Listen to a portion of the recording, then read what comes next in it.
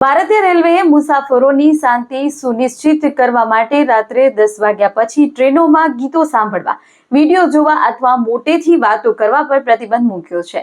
નમસ્કાર, સમય મિરર સાથે હું છું આપની સાથે જાસ્મીન. ભારતીય રેલવે મુસાફરોની ફરિયાદોને ધ્યાનમાં રાખી રાત્રે 10 વાગ્યા પછીના નિયમો લાગુ કર્યો છે.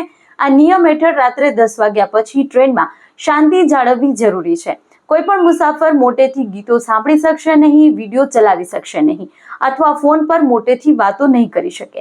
જો તમારા કાર્યોથી અન્ય મુસાફરોને તકલીફ પડે છે તો તેના નિયમોનું ઉલ્લંઘન ગણવામાં આવશે. ટ્રેનમાં શાંતિ ખલેલ પહોંચાડતી અથવા અન્ય લોકોને ખલેલ પહોંચાડતી કે સજાપાત્ર ગુનો છે. જો કોઈ મુસાફર હેડફોન વગર મોટેથી ગીતો સાંભળે છે અથવા સ્પીકર ચાલુ રાખી ફોન પર વાતો કરે છે તો તેને પહેલા ચેતવણી આપી શકાય.